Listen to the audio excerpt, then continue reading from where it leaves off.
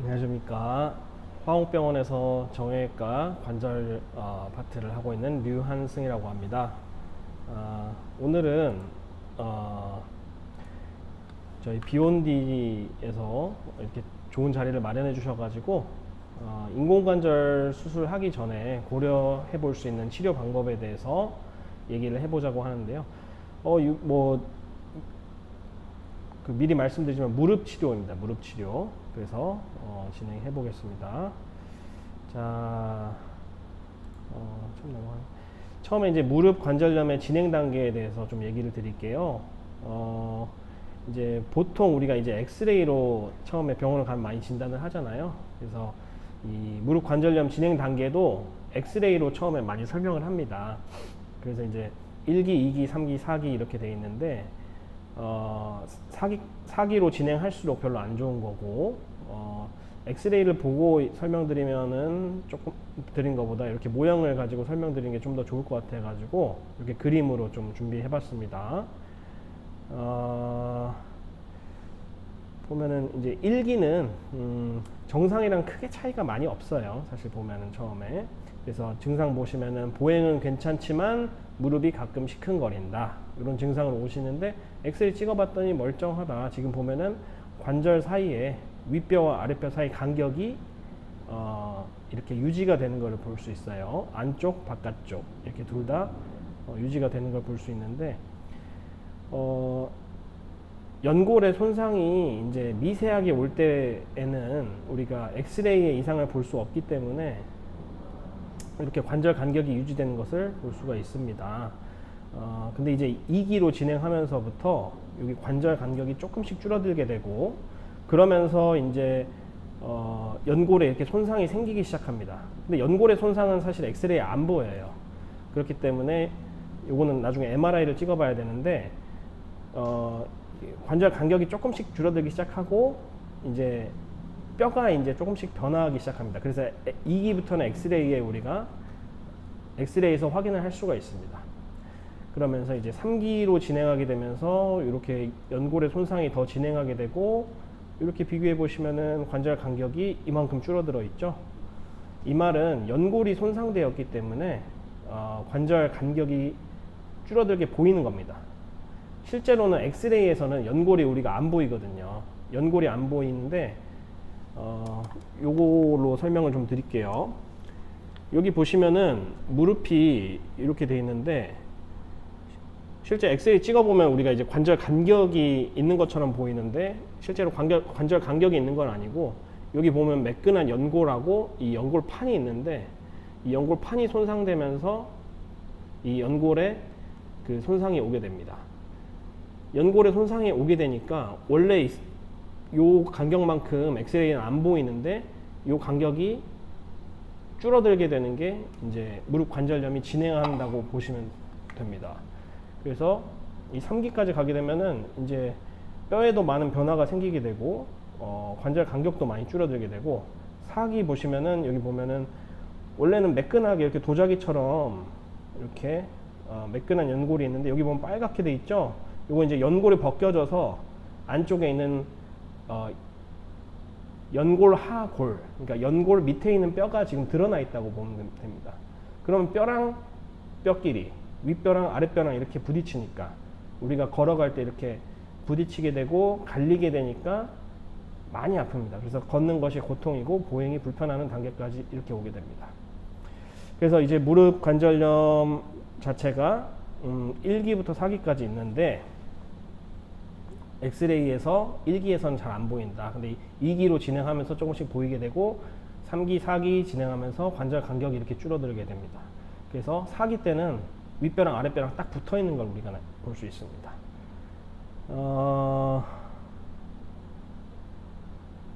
이거 지금 자, 그래서 여기 보시면은 이제 우리 무릎에서 뚝뚝 소리가 나고 계단에서 내려올 때 통증과 열감이 있어 겁이 난다.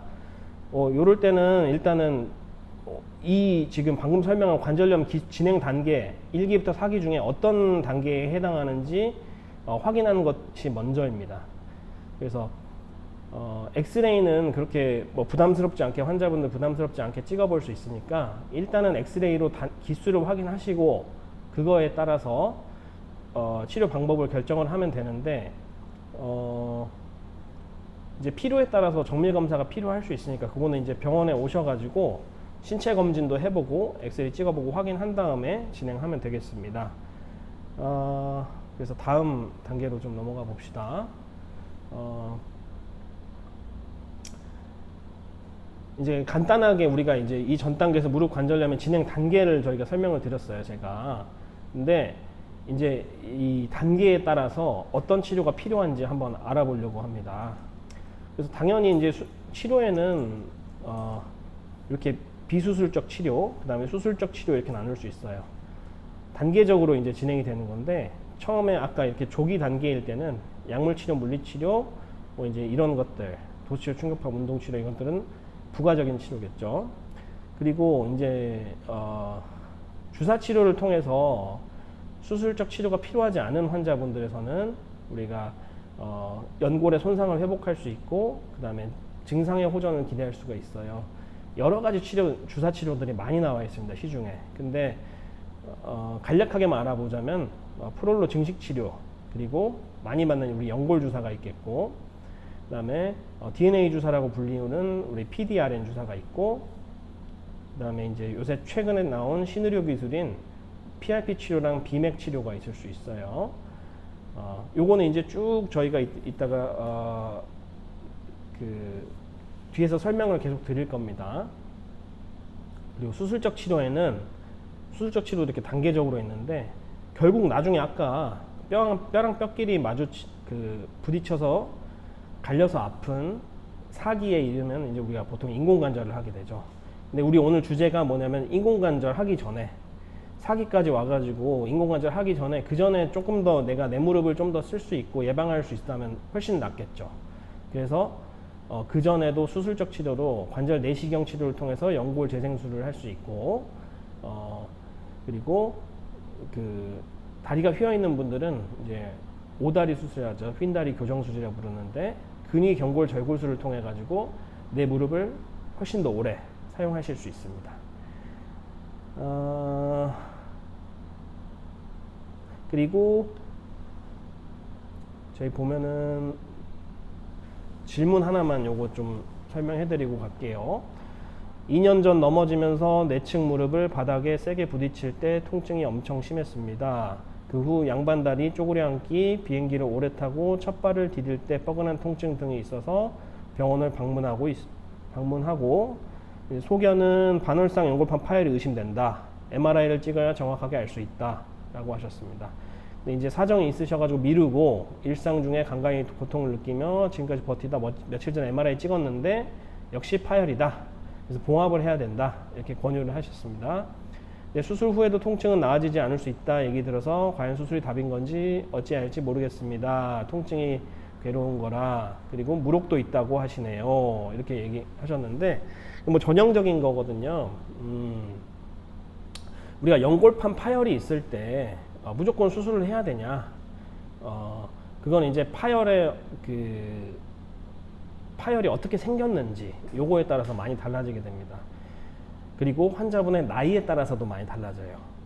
뭐 예를 들어서 내가 뭐 80대 할머니인데 연골판이 찢어졌어요. 근데 그러면은 무조건 연골판을 가서 꼬매야 되냐? 근데 그건 아니라 이 말이죠. 연골판이란 거 자체가 연골을 원래 보호하려고 있는 건데 이제 연골을 보호하려고 연골판이라는 게 여기 있는 게 연골판이에요. 여기 무릎하고 무릎뼈 사이에 있는 애인데 이 연골을 보호해주기 있는 애가 연골판인데 80대 할머니 같은 경우는 이미 연골이 많이 상해가지고 따랐을 가능성이 높아요. 그럼 다른 수술을 해주는 게 좋은데 연골판은 꼬맬 필요가 없습니다. 그럴 때는 이미 연골판은 그 존재의 의의를 다 했을 수 가능성이 크거든요.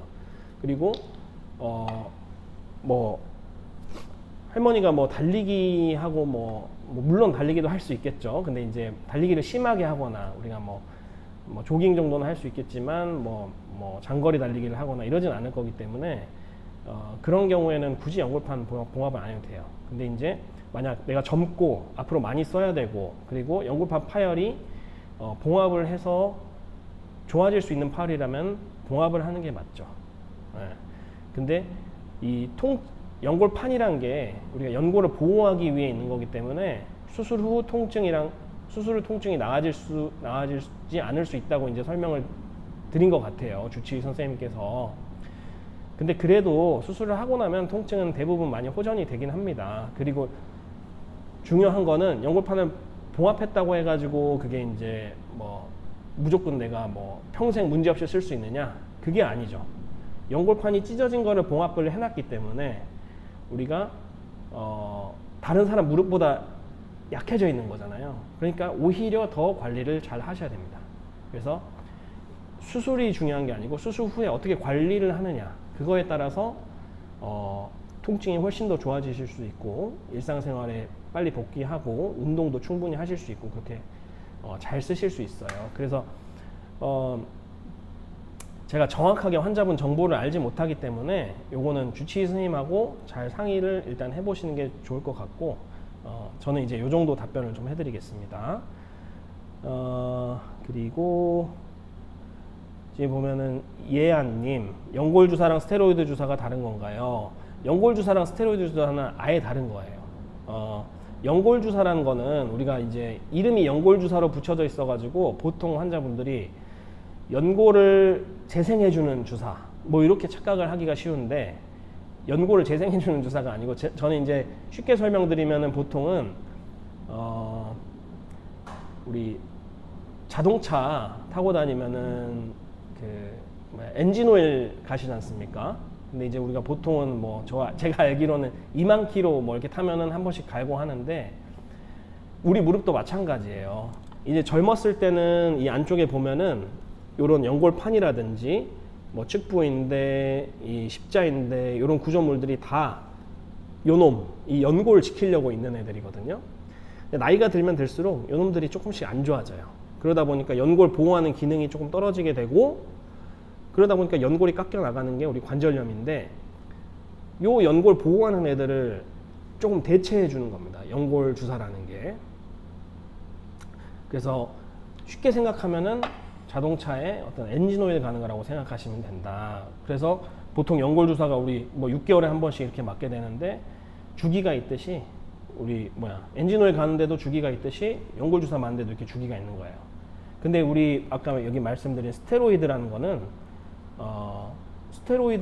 원래 항염증 작용을 하는 강력한 항염 작용을 할 수 있는 그런 약물입니다.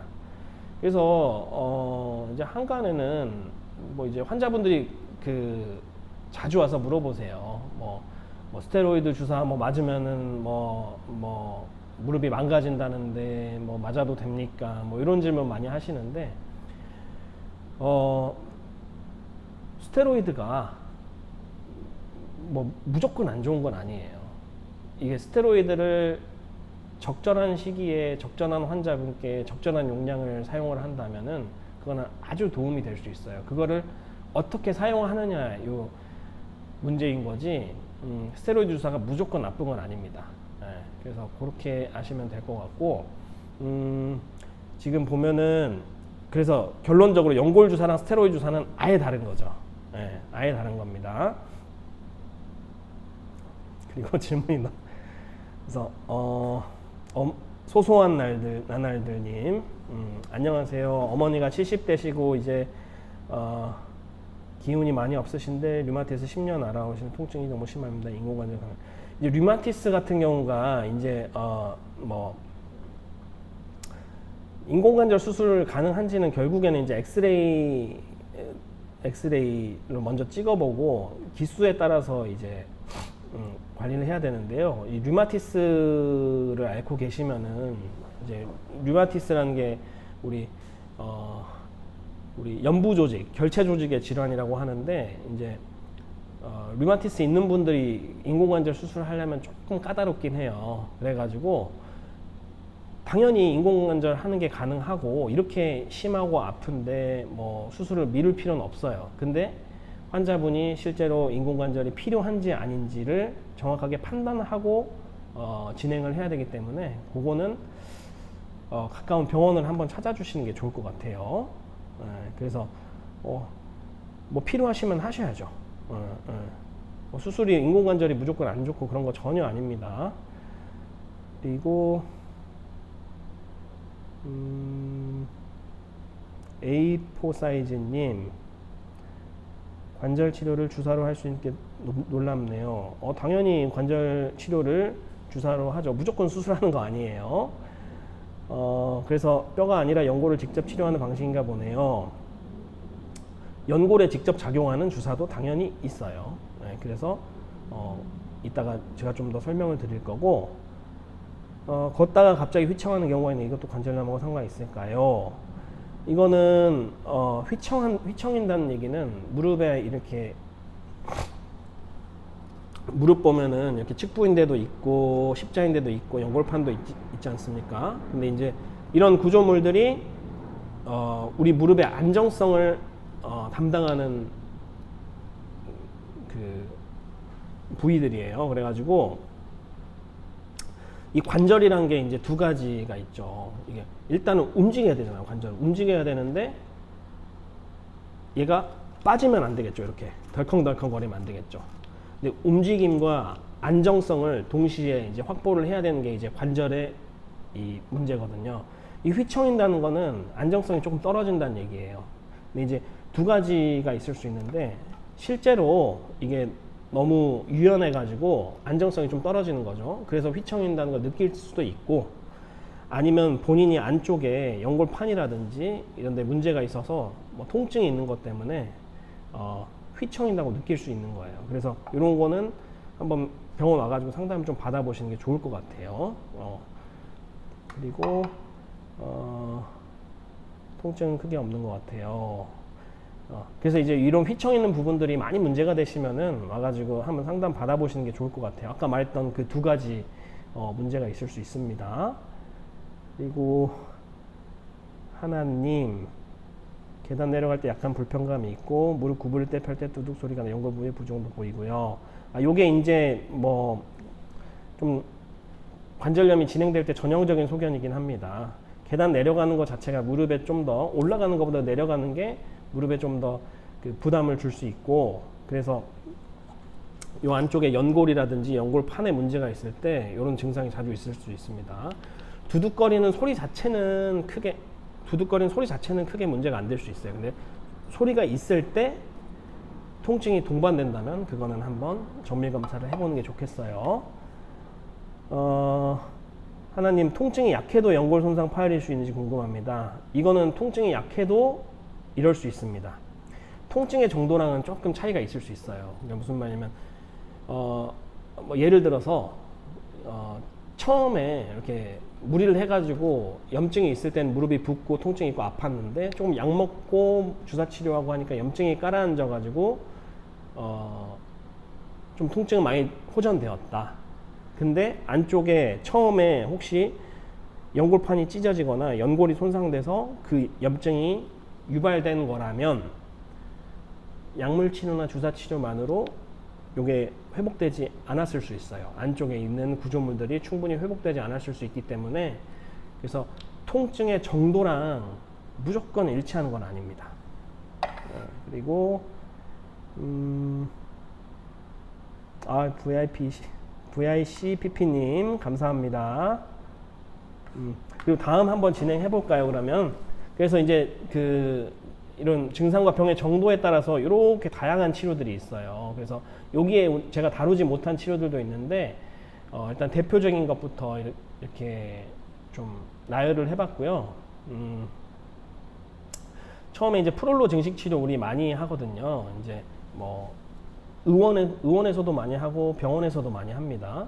프롤로 증식 치료라는 것은 초음파 보면서 하는 거예요. 초음파 보면서 이제 손상되어진 부위를 찾아, 보통은 이제 힘줄이나 인대 이런 것들이 많죠. 보통 우리 무릎에 보면은 거위발건이라 그래서 요 무릎 내측에 요 부위 아픈 분들이 많거든요. 여기 그래가지고 이 무릎 관절보다 살짝 아래쪽이에요. 뭐 이런데 이제 거위발건염 이런 게 있을 때 여기에다 정확하게 이제 투여를 해서 회복을 돕는 거고, 이제 관절 내 주위 구조물을 강화해서 퇴행성 관절염을 예방한다. 치료 시간은 뭐 20분 내라고 적혀 있지만 아주 간단합니다. 뭐 1분 내로 바로 주사하고 끝나고 보통 2에서 4주 간격으로 뭐 5회 정도 시행하고 뭐 당일 치료 당연히 바로 귀가 가능합니다. 내과적인 질환이 있으신 분도 충분히 치료 가능하고 이 단계와 상관없이 관절염 진행 단계랑 상관없이 증상이 있을 때 효과적으로 치료가 가능합니다. 그래서 보통 여기 보면은 요게 이제 무릎 관절이고 이 연골판이고 여기에 보면은 하얗게 부종이 있고 염증이 있는 건데 여기다가 이제 증식 치료를 했더니 요게 많이 가라앉은 거를 볼 수 있죠. 자, 다음은 이제 PRP 치료가 있어요. 프롤로 치료는 이제 뭐 지금 뭐 병원들에서 아주 많이 대중화돼 있고 다른 선생님들도 많이 하는 치료입니다. 이제 PRP 치료라는 거는 혈소판 풍부 혈장 주사 치료인데 이거는 영어로 말하면은 이 플레이틀릿이 혈소판이라는 얘기고 위치 플레이틀릿이 많은 플라즈마 혈장이라는 얘기예요. 그래서 내 피에서 좋은 성분만 쑥쑥 뽑아서 다시 주사하는 것 이렇게 쉽게 생각하시면 되는데 자, 요거 하는 과정을 보면은 처음에 내 피를 뽑습니다. 이렇게. 그래서 원심 분리기에 원심 분리를 돌려요. 원심 분리라는 거는 이렇게 회전 원심력을 이용해 가지고 이 안에 있는 것을 그 밀도에 따라서 이렇게 분리하는 거예요. 그러면 혈액의 층이 이렇게 나눠집니다. 여기 보면은 지금 층이 져 있죠. 이렇게 층이 져 있는데 뭐 보면은 뭐 상층부에서 PRP를 추출한다. 그래서 우리가 대략적으로 일반 혈액보다 3에서 8배 진한 혈소판 혈장을 완성한다라고 되어 있는데 보통 한 10cc 혈액을 뽑으면은 거기서 1cc 정도 나온다고 보면 됩니다. 그러니까 거기에 혈소판만 아주 이렇게 농축이 되어 있는 거죠. 근데 혈소판 안에는 우리가 그 소위 얘기하는 성장인자라는 것들이 많이 들어있기 때문에 그 성장인자 농축액을 주사해 주신다고 보면 돼요. 그래서 뭐 이렇게 초음파 보면서 무릎 안에 손상되어 있는 부위에 정확하게 주사를 할 수가 있습니다. 그래서 프롤로 치료 전후 사진을 보시면은 뭐 이렇게 무릎 안에 염증이 많았는데 뭐 염증이 감소된 사진 볼 수 있고 여기도 보면은 무릎에 보면 이렇게 하얗게 뼈 안쪽에 이렇게 하얗게 멍이 들어 있어요. 이걸 우리가 본이데마 그러니까 골 부종 아까 말했던 골 부종 이렇게 설명드릴 수 있는데 PRP 주사 치료를 했더니 이렇게 골 부종이 많이 감소했다는 것을 우리가 확인할 수 있고 여기도 골 부종 한마디로 뼈에 멍들었다고 생각하시면 됩니다. 근데 뼈에 충격받은 것들이 많이 감소하는 것을 볼 수 있다. 이것도 뼈에 이렇게 멍들었었는데 많이 감소했다. 그 다음에 이제 우리가 PRP 치료는 이제 외래에서 할 수 있는 치료예요. 외래에서 내피를 간단하게 뽑아서 처치한 다음에 치료하는 방법이 있고 여기에는 지금 안 나왔지만 아까 보면은 여기 보면 비맥이라는 치료가 있는데 자가골수 줄기세포 주사 이렇게 돼 있어요. 근데 이거는 다른 건 다 똑같은데 그 PRP란 거는 그냥 내 팔에서 그냥 당일날 뽑아가지고 처리를 해서 바로 맞는 건데 비맥이란 거는 그 골반뼈에서 이렇게 골수를 추출을 합니다. 그 안에 이제 피랑 이제 골수 세포가 좀 같이 섞여 있어요. 그렇기 때문에 여기 보면 자가 골수 줄기세포 주사 PRP나 비맥 둘 다 이제 자기 피를 뽑아서 하는 거기 때문에 자기 피를 주사하는 거니까 당연히 이제 부작용이 전혀 없죠. 그래서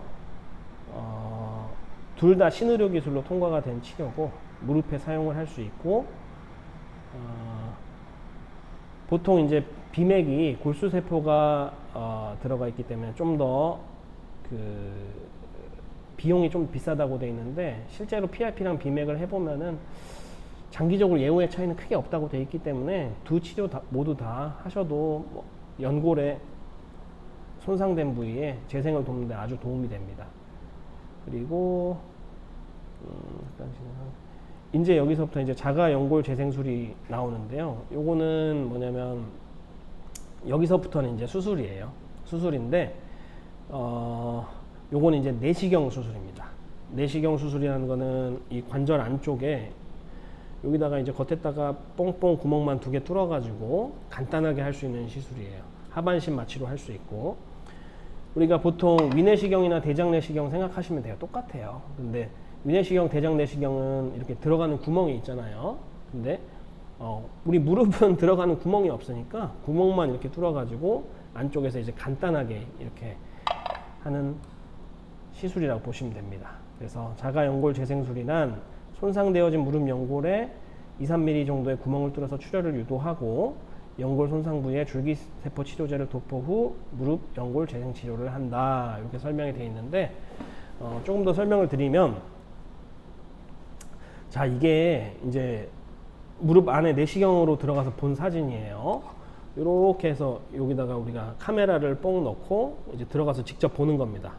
이거 직접 보면은 요 안쪽에 요 관절 부위를 보고 있는 거예요.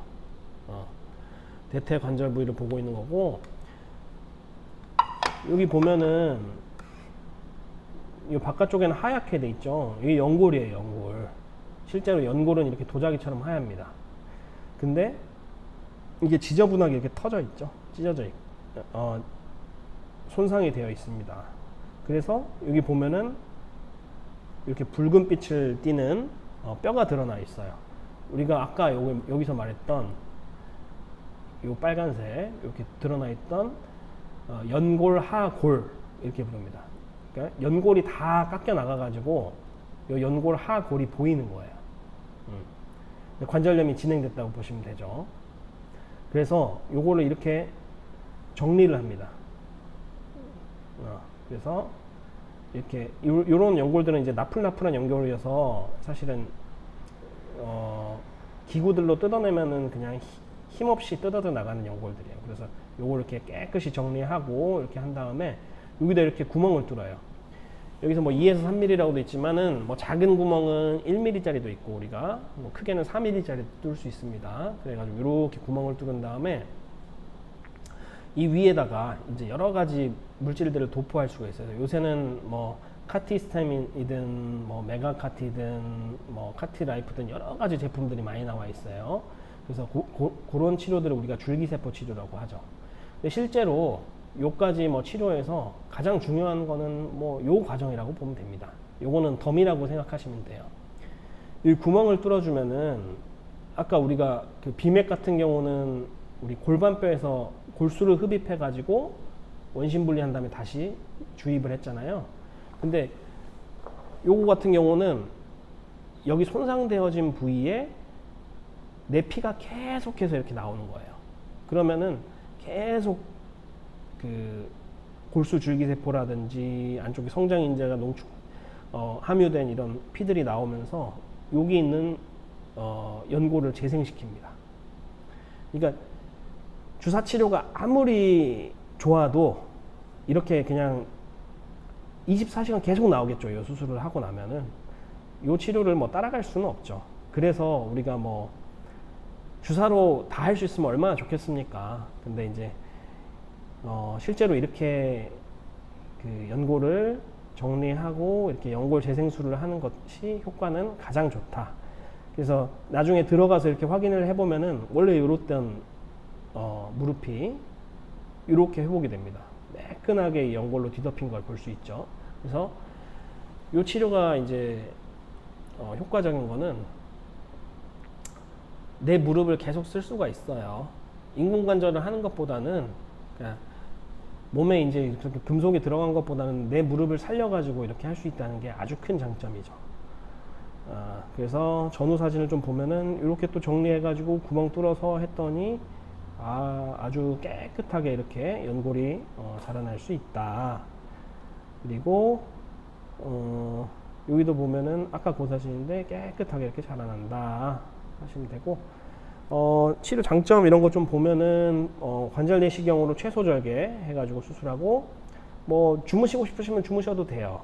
깨시고 되고, 하반신 마취하고 금방 합니다. 뭐 30분이면 금방 끝나요. 그리고 입원도 뭐 수술 전날 입원해서 수술하고 다음날 퇴원하고 충분히 가능합니다. 그래서 손상된 연골을 직접 이렇게 재생을 할 수 있다.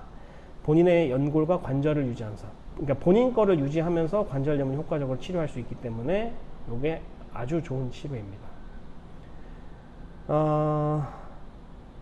그리고 잠깐 이제 노을길 산책님, 무릎 관절염 때문에 3년째 치료를 받다가 병원에서 수술을 권하셨습니다. 주사를 반복해서 맞았는데 그래도 무릎 관절염은 계속 진행이 되고 있었는지 MRI를 다시 찍어봤는데 많이 안 좋다고 하네요.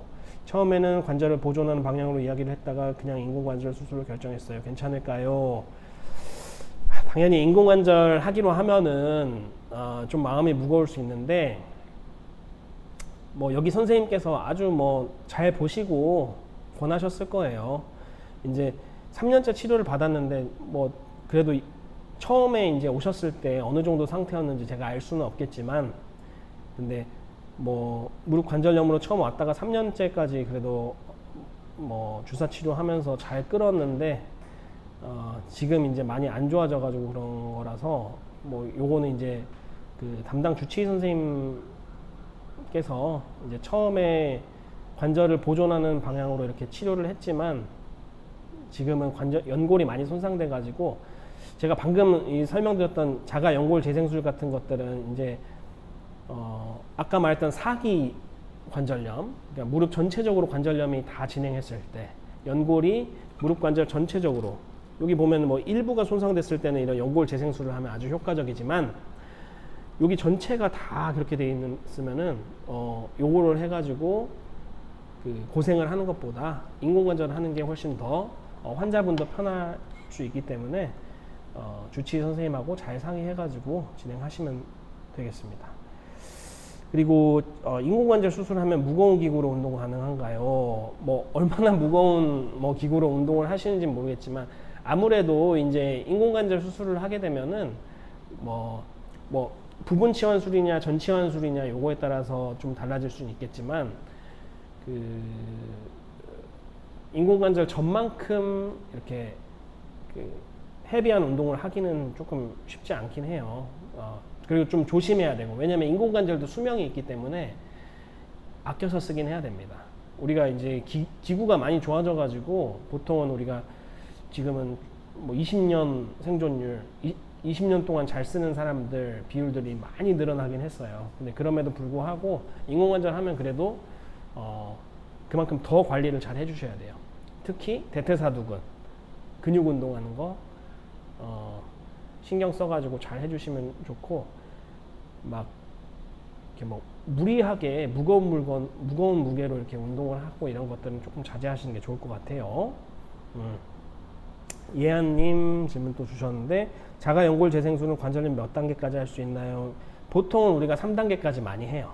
근데 이제 뭐 4단계에서도 아예 불가능한 건 아니지만 가급적이면 한 3단계 정도에서 우리가 많이 시행합니다. 그래서 일단은 먼저 수술 전에 MRI 찍어보고 상태에 대해서, 연골 손상이 그러면은 MRI 찍으면은 연골 손상이 크기가 어느 정도 되는지 이런 것들이 나오기 때문에 그 크기에 따라서 우리가 치료를 결정을 하게 됩니다. 그래서 대략적으로 한 3단계까지 한다고 보시면 될 것 같아요. 자, 이제 자가 연골 재생술 봤는데 비맥이 여기서 나오네요. 사실은 이거보다 비맥이 조금 더 앞에서 나와야 되는 거거든요. 비맥이란 거는 자가 골수 줄기세포 주사, 결국에 이거 주사 치료입니다. 그래서 여기서 비맥 했을 때 BM, 이게 본메로우, 이게 골수란 얘기거든요. 골수 한글로는. 그래서 여기 보면은 아까 말했던 골반뼈에서 이렇게 뽑아가지고 주사를 하게 되는데, 뼈에서 뽑아야 되니까 아무래도 이 주변에 마취를 좀 해야 돼요. 그래서 아까 이제 PRP 같은 경우는 간단하게 팔에서 이렇게 체열해 가지고 할 수 있는데, 요거는 그래서 보통 하루 정도는 입원을 합니다.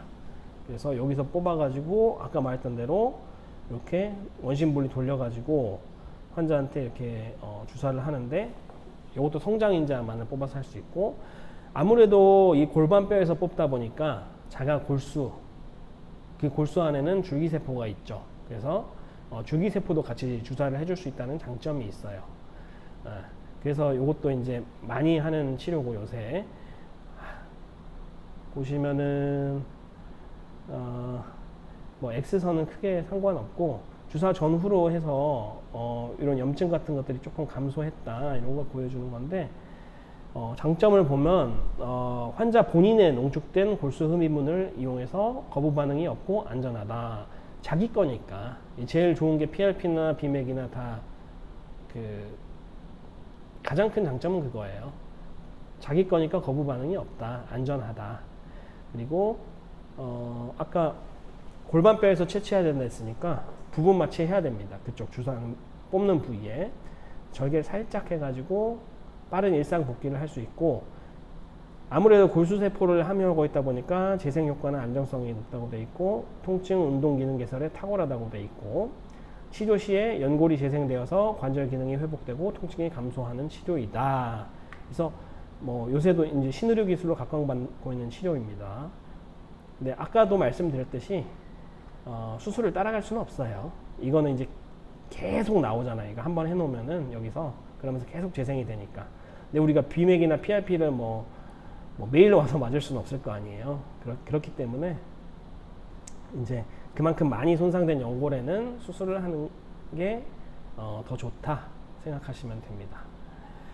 그리고 하나만 더 말씀을 드리면 여기서 이제 근위경골 절골술에 대해서 설명을 좀 드릴게요. 이게 쉽게 얘기하면은 우리 뭐 이렇게 근위경골 절골술 이렇게 설명드리면 조금 어려울 수 있는데, 쉽게 생각하면 휜다리 교정술이에요. 우리 뭐 한국이나 일본 특히 이제 여성분들이 많아요. 시골에 보면 할머니들 오다리 많잖아요. 오다리, 오자다리 안쪽으로 이렇게 휘어져 있는 다리를 얘기하는데, 이제 그게 뭐 우리가 미용상으로 보기 안 좋아서 이런 수술을 하는 게 아니고, 자 여기 보면 비골이 있는 쪽 여기가 바깥쪽이고 여기가 안쪽입니다. 무릎이 이렇게 돼 있는데 여기 이렇게 휘어지게 되면은 여기는 이렇게 관절이 뜨잖아요. 얘는 어때요? 딱 붙어 있죠. 이 상태에서 이렇게 움직이게 되면 어떻게 되겠어요? 이 무릎 관절이라는 거는 내 체중을 이렇게 딛고 다니는 관절이기 때문에 항상 내 체중을 딛고 살아요. 근데 이렇게 돼 있으면은 내 체중의 70%, 많게는 뭐 8, 90%가 안쪽에 집중되는 거예요. 그러면은 안쪽에 집중되다 보니까 안쪽에 있는 이런 연골판이라든지 이런 구조물들이 빨리 망가지게 되고, 이 연골판이 빨리 망가지게 되니까 연골을 또 보호를 못 하겠죠. 그러다 보면 여기 안쪽에 있는 연골이 깎여 나가기 시작합니다. 그걸 우리가 내측 구획, 무릎의 내측 구획, 내측 구획에 관절염이 생긴다. 그래서 내측 구획 관절염 이렇게 부릅니다. 그래서 대부분 환자들 보면은 무릎 안쪽에 관절염이 훨씬 더 심해요. 특히 동양 사람들. 여기 사진 보시면은 고관절 중심부터 발목 중심까지 이렇게 쭉 선을 그려내리면 내 체중이 지나가는 선을 우리가 그릴 수 있다고 돼 있어요. 이 환자분은 자세히 보시면 원래 무릎 중심은 한 요 정도가 되거든요. 근데 지금 요만큼 들어와 있는 거예요. 요 말은 이 무릎 안쪽에 내 체중의 8, 90%가 여기에 딱 집중되고 있다는 얘기입니다. 그럼 여기가 빨리 망가지고 빨리 손상됩니다. 여기 잘 안 보이실 수도 있는데 여기 보면 관절이 이만큼 벌어져 있는데 여기는 딱 붙어 있어요. 그만큼 여기는 내측 구획 관절염이 와 있다고 보면 되죠. 근데 이 환자는 여기는 안 좋은데 여기는 생각보다 괜찮아요. 바깥쪽은 생각보다 괜찮다는 얘기예요. 그러면 이런 사람들은 지금 바깥쪽 괜찮은데 여기까지 싹 다 갈아버릴 필요가 없잖아요. 그렇기 때문에 이게 절골술이란 걸 합니다. 절골술. 그래서 여기만 톡 쳐가지고 쭉 벌려주고 요거를 고정을 해야 되니까 이렇게 쇠판이랑 나사못을 사용해서 고정을 시켜요. 그러면은 무릎이 이렇게 쭉 펴지는 거예요. 요거랑 요거랑 같은 분인데 보면은 원래는 무릎 안쪽에 이렇게 체중이 집중되고 있었는데 요만큼 바깥쪽으로 요 선이 이동해 있는 걸 볼 수가 있습니다. 우리가. 그래서 여기서 이제 보면은 퇴행성 관절염이 악화돼요. 여기서 말하는 퇴행성 관절염은 내측 무릎 내측 구획 관절염. 그래서 O자형 다리로 변형이 돼요. 또 우리가 이렇게 처음에는 살짝만 굽어 있더라도 시간이 지나면서 계속 힘을 받기 때문에 뼈도 변형이 됩니다. 이런 식으로 계속 변형이 돼요. 오랜 시간, 그러니까 뭐 하루 이틀 그런다고 해서 변형이 되는 게 아니고, 시골에 그렇게 옷자다리 있는 할머니들이 뭐 태어날 때부터 그랬겠어요. 그게 아니고 약간의 오다리가 있는 상태에서 계속 그렇게 걸어 다니고 하다 보니까, 내 체중을 계속 딛다 보니까 그 다리가 이렇게 휘어지는 겁니다. 그래서 내측 퇴행성 관절염이 악화돼서 O자형 다리로 변형되었을 경우 휜 다리를 고정해서 무릎 안쪽에 집중되어 있는 무게를 외측으로 분산시킨다. 그러면서 통증도 감소시키고 무릎뼈를 고정해서 우리 이 내측을 들쓰고 바깥쪽에 무게중심 옮겨주다 보니까 여기 관절염이 진행되는 거를 막을 수 있어요. 그러니까 내 무릎을 더 오래 쓸 수 있는 방법이죠. 그래서 장점 보면은 본인의 관절과 연골, 인대를 그대로 보존해서 재활이 빠르다. 이건 당연한 거죠. 이거는 그래서 관절 보존 술식이라 불러요, 우리가. 아까 말씀드렸던 연골 재생술과 마찬가지입니다. 그래서 인공관절은 내 무릎을 가는 거예요. 보면은 여기를 보면 이렇게 해가지고 이 연골이 다 망가져 있으니까 요거를 다 톱으로 잘라냅니다. 인공관절을 하면은 여기도 잘라내요. 요거 다 없애고 그 다음에 여기다가 쇠로 된 인공관절을 끼워 넣는 거예요, 한마디로. 그래서 내 이런 인대나 연골이라든지 이런 것들이 다 날아가는 거죠, 어떻게 보면은. 근데 이런 관절 보존 술식 같은 경우는 본인의 관절과 연골을 인대 그대로 보존한다. 그래서 재활도 빠르고 추후에 운동도, 격렬한 운동도 할 수 있어요. 똑같아요, 예전이랑. 그래서 초기나 중기 관절염, 특히 내측 관절염일 경우 진행을 예방할 수 있고, 합병증 부작용 발병률이 낮죠. 그리고 뭐 여기는 4에서 7일 정도 입원한다고 돼 있는데, 빨리 가시는 분들은 2, 3일 내로 가기도 합니다. 그만큼 인공관절 같은 경우는 대부분 다 2주 이상 입원하시죠. 2주 정도는 입원하면서 재활도 하고 하는데, 이 수술 같은 경우에는 훨씬 인공관절 수술보다 규모가 작다. 이렇게 보시면 되겠고, 요분 보면은 안쪽 이렇게 맞닿아 있죠. 근데 이 바깥쪽은 벌어져 있잖아요. 그쵸? 여기는 연골이, 그러니까 엑스레이는 연골이 아까 안 보인다 그랬잖아요. 연골하고 연골판이 여기 보존되어 있는 거예요, 이분은. 근데 여기는 보면 딱 붙어 있죠. 원래 연골이나 연골판이 있어야 할 자리에 공간이 없다는 얘기예요. 뼈랑 뼈끼리 맞붙어 있다는 얘기고, 안쪽에만 이렇게 관절염이 와 있는 분이고, 그래서 이렇게 했더니 여기도 좀 벌어지고, 다리가 펴지면서 우리 아까 말씀드렸듯이 본인의 무게중심이 이쪽으로 이동하다 보니까 내 무릎을 조금 더 오래 쓸 수 있게 해주는 이런 수술이다 생각하시면 되고, 이분도 마찬가지예요. 안쪽 관절염 있던 분, 바깥쪽은 멀쩡하고, 고관절 중심부터 발목 중심까지 이렇게 선 그어 봤을 때 무릎 중심은 여기인데 요만큼 들어와 있죠. 여기에 많이 체중이 집중되고 있다. 요거를 무릎을 펴주니까 체중이, 중심이 이렇게 이동한다. 그래서 내 무릎을 훨씬 더 보존해서 잘 쓸 수 있다. 이렇게 해가지고 우리가 이제 치료에 대해서 다 살펴봤어요. 여기서 조금 아까 김홍성님 지금 인공관절 수술 안 하고 버티면서 비수술 치료하다가 결국은 안 될 것 같아서 인공관절 수술을 했습니다. 하지만 역시 인공관절 수술 이후 회복은 금방 되지 않는 것 같아요. 빠른 회복을 위해 할 수 있는 게 있을까요? 이렇게 물어보셨는데, 인공관절 수술을 했는데도 아프신 분들이 간혹가다 있으세요. 근데 그거는 이제 우리가 관절에 문제가 있어가지고 관절을 갈았는데, 이 관절만 가는 거지, 이 옆에 이제 연부 조직 같은 구조물들은 다 살아있거든요. 근데 재활이 제대로 안 되면은 이런 데 염증이 생기면서 아플 수 있고, 이 무릎 관절 안쪽에도 또 염증이 생길 수가 있어요. 그래서 여러 가지 원인으로 무릎 인공관절 이후에도 통증이 올 수 있는데, 결국에는 적절한 재활이 가장 중요하죠. 그 중에서도 이제 제일 중요한 게 여기 이제 설명드리는 무릎 관절염 예방하는 이런 방법들이 결국에는 수술하고 그대로 적용이 됩니다. 그래서 제가 이제 지금 설명드릴 건데 이런 거 잘 따라 하시면 될 것 같고, 빠른 재활을 하시고 혹시라도 무릎이 뜨겁고 이렇게 많이 아프고 하면은 그 수술한 병원에 가가지고 선생님이랑 다시 한번 상담을 좀 해보세요.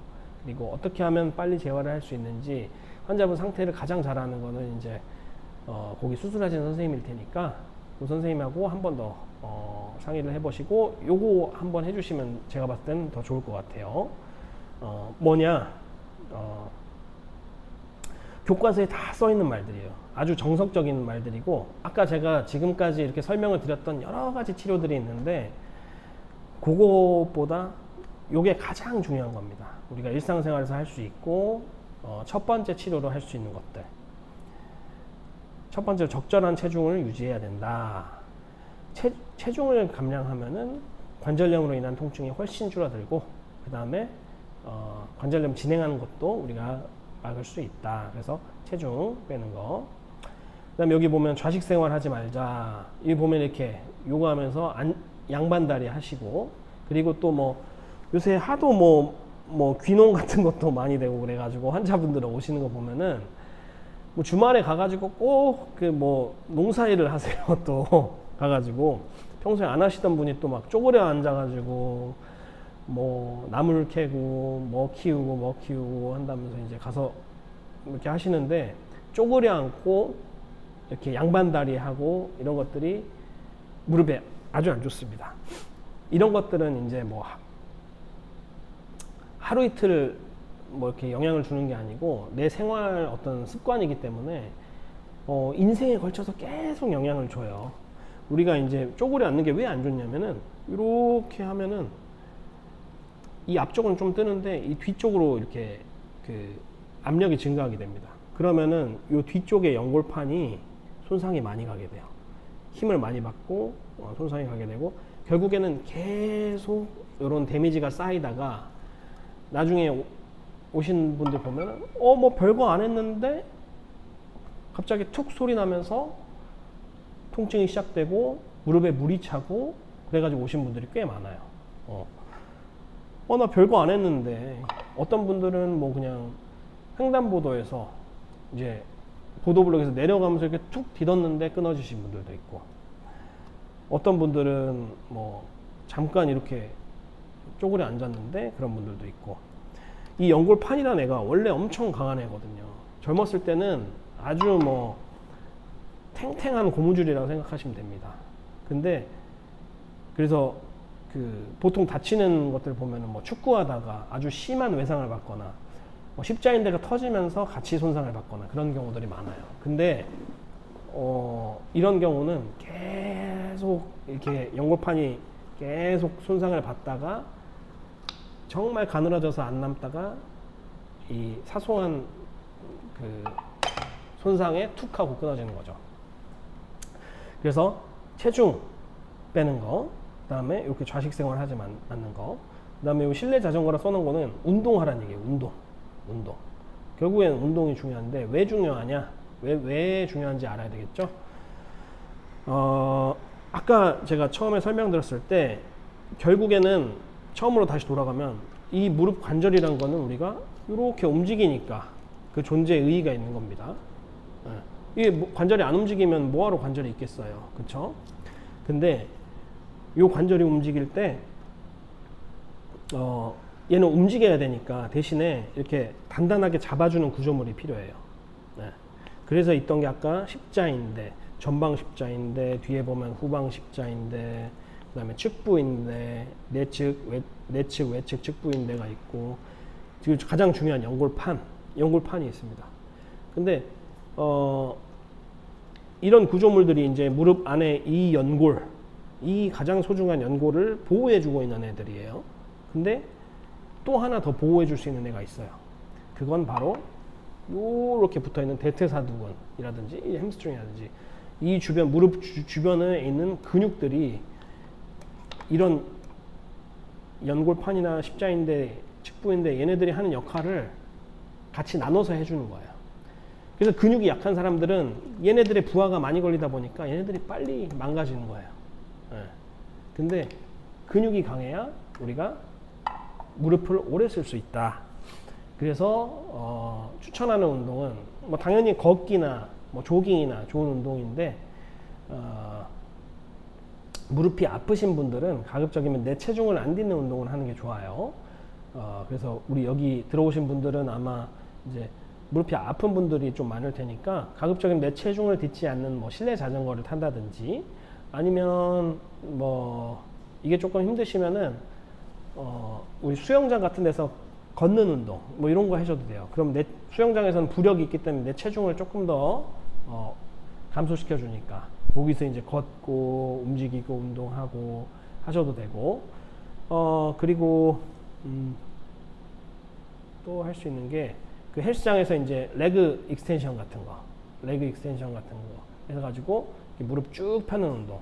우리 TV 보면서도 그냥 발 이렇게 쭉 들고 이렇게 쭉 펴면서 쭉 펴고 있으면 여기 대퇴사두근에 이렇게 쭉 펴면 대퇴사두근에 힘들어 오거든요. 쭉 펴면 여기 힘들어 오니까 발목도 쭉 제끼고 쭉 핀 다음에 여기 힘들어 오는 거 느끼시면서 그렇게 하면서 뭐 TV 볼 때도 해도 되고 이렇게 해도 되고.